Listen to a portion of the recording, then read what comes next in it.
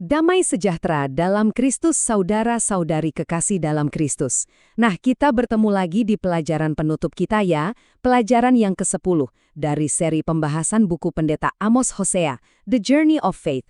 Hari ini, kita sampai di puncak pembahasan kita, yaitu tentang kekuatan komunitas kecil. Kita akan menjawab sebuah pertanyaan yang mungkin sering muncul. Setelah ibadah minggu selesai, lalu apa? Jawabannya ternyata ada di dalam hubungan yang lebih dalam dan personal. Kita semua pasti setuju ya, ibadah raya di hari Minggu itu luar biasa. Ada kekuatan saat kita berkumpul sebagai satu tubuh besar, memuji Tuhan bersama-sama. Tapi, coba deh kita jujur sejenak pada diri sendiri. Pernah nggak kita merasa butuh sesuatu yang lebih? Apakah pertemuan besar seminggu sekali itu benar-benar cukup untuk pertumbuhan iman kita yang sesungguhnya? Inilah pertanyaan intinya. Kenapa sih ibadah besar yang megah itu sepertinya belum cukup? Nah, materi kita menjelaskan, ini bukan berarti ibadah raya itu kurang penting loh, sama sekali bukan. Tapi ini karena Tuhan sendiri sudah merancang sebuah pelengkap yang sempurna untuk itu. Sesuatu yang membuat iman kita benar-benar berakar. Jawabannya itu ada di dalam 5 fondasi Alkitabiah yang sangat kokoh. Ini bukan sekedar ide modern atau program gereja yang lagi tren, bukan? Ini adalah pola yang sudah Tuhan tetapkan dari awal mula gereja berdiri. Yuk kita gali sama-sama satu persatu. Yang pertama, fondasinya adalah teladan dari gereja perdana. Mereka itu punya keseimbangan yang indah sekali. Mereka berkumpul di bait Allah untuk ibadah besar, betul. Tapi pertumbuhan iman yang sejati, yang personal, itu terjadinya dari rumah ke rumah. Atau dalam bahasa aslinya, kat oikon. Justru di dalam kehangatan rumah inilah relasi yang mendalam itu dibangun dan iman jadi terasa nyata. Fondasi kedua adalah perintah yang sangat jelas, saling menanggung beban. Ini lebih dari sekedar nasihat loh. Alkitab bahkan pakai kata Yunani bastazeo, yang artinya bukan cuma membawa beban orang lain, tapi benar-benar memikulnya bersama-sama. Nah, di dalam kelompok kecil yang aman dan saling percaya inilah, kasih Kristus itu berhenti jadi teori. Kasih itu jadi tindakan nyata, jadi empati, jadi doa, jadi dukungan praktis di saat kita lagi benar-benar butuh. Ketiga, komunitas kecil itu ibarat tanah yang subur buat pertumbuhan iman yang praktis. Soalnya begini teman, pertumbuhan sejati itu kan nggak cuma turun dari mimbar, tapi juga tumbuh dari obrolan di ruang tamu. Disinilah tempatnya kita bisa bebas bertanya, maksud ayat ini apa ya buat hidup saya? Di sini kita bisa jujur soal pergumulan kita tanpa dihakimi, dan sama-sama menemukan bagaimana firman Tuhan itu jadi jawaban yang nyata. Fondasi keempat adalah soal pengembangan karunia. Setiap dari kita ini diberi karunia rohani oleh Tuhan.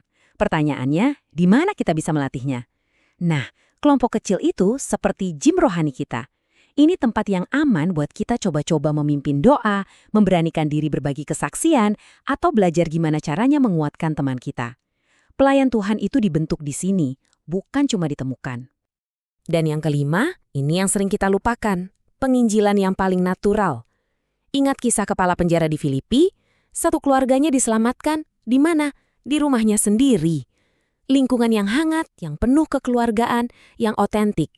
Justru itulah yang membuat hati orang terbuka pada Injil. Seringkali jauh lebih efektif daripada acara-acara besar. Oke, sekarang supaya kita bisa lebih meresapi betapa kuatnya komunitas ini, mari kita lihat sebuah ilustrasi yang menurut saya sangat indah dan kuat. Coba bayangkan iman kita itu seperti pohon raksasa yang gagah ini, berdiri sendirian. Kelihatannya kuat sekali kan? Megah. Tapi, coba pikirkan, waktu badai kehidupan datang menerpa, dia menanggung semua tekanan itu sendirian. Akarnya, walaupun dalam, nggak punya topangan lain, dia jadi sangat rentan.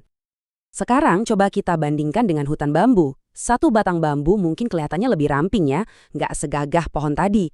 Tapi kekuatannya bukan pada satu batang itu, kekuatan sejatinya itu tersembunyi di bawah tanah, di mana akar-akar mereka saling menjalin, saling mengunci, saling menopang satu sama lain. Nah, inilah gambaran gereja yang Tuhan inginkan. Bukan sekumpulan individu kuat yang terisolasi, tapi sebuah komunitas di mana iman kita yang saling terhubung membuat kita semua jadi kokoh tak tergoyahkan. Jadi, setelah kita paham kenapanya dan apanya, pertanyaan selanjutnya adalah gimana caranya? Bagaimana kita bisa secara praktis mulai membangun sistem akar yang kuat ini dalam hidup kita masing-masing? Yuk kita lihat langkah-langkahnya. Nah, ini dia 4 langkah praktisnya. Pertama, yang paling mendasar, ya bergabunglah. Ambil langkah iman untuk benar-benar berpartisipasi, bukan cuma sekedar datang dan pergi. Kedua, bangun keterbukaan. Ini butuh keberanian ya, untuk berani jujur, berani berbagi secara nyata. Karena disitulah dukungan sejati dimulai. Ketiga, tumbuhkan karunia Anda. Jangan takut, mulai saja dari hal kecil. Mungkin coba pimpin doa, atau sekedar bagikan satu ayat yang menguatkanmu minggu ini. Dan yang keempat, jangan lupa buka pintu. Jadikan kelompok kita tempat yang hangat dan ramah buat orang-orang baru yang mungkin lagi mencari tempat untuk berteduh. Saudara-saudari kekasih dalam Kristus, mari kita simpulkan semuanya. Menjadi bagian dari sebuah komunitas kecil itu bukan sekedar pilihan atau program gereja tambahan yang baik untuk diikuti. Bukan, ini adalah sebuah panggilan yang mendasar. Ini adalah desain Tuhan bagi setiap kita, orang percaya, supaya kita bisa bertumbuh bersama-sama. Bill Hybels merangkum esensi dari semua ini dengan sangat tepat. Poin kuncinya adalah ini. Tuhan tidak memanggil kita untuk sekedar jadi bagian dari kerumunan orang banyak. Dia memanggil kita untuk menjadi bagian dari sebuah komunitas yang hidup, yang saling menopang, dan yang bertumbuh bersama. Ada perbedaan besar antara kerumunan dan komunitas. Maka, sebagai penutup dari seluruh seri pembahasan The Journey of Faith kita ini, saya ingin meninggalkan Anda dengan satu pemikiran terakhir. Gereja itu bukanlah gedung, bukan pula acara. Gereja adalah sebuah keluarga. Dan dalam setiap keluarga yang sehat, setiap anggota punya tempatnya. Jadi pertanyaannya bukan lagi apakah Anda punya tempat, tapi sudahkah Anda menemukannya? Di manakah tempat Anda? Terima kasih banyak sudah mengikuti perjalanan ini bersama kami.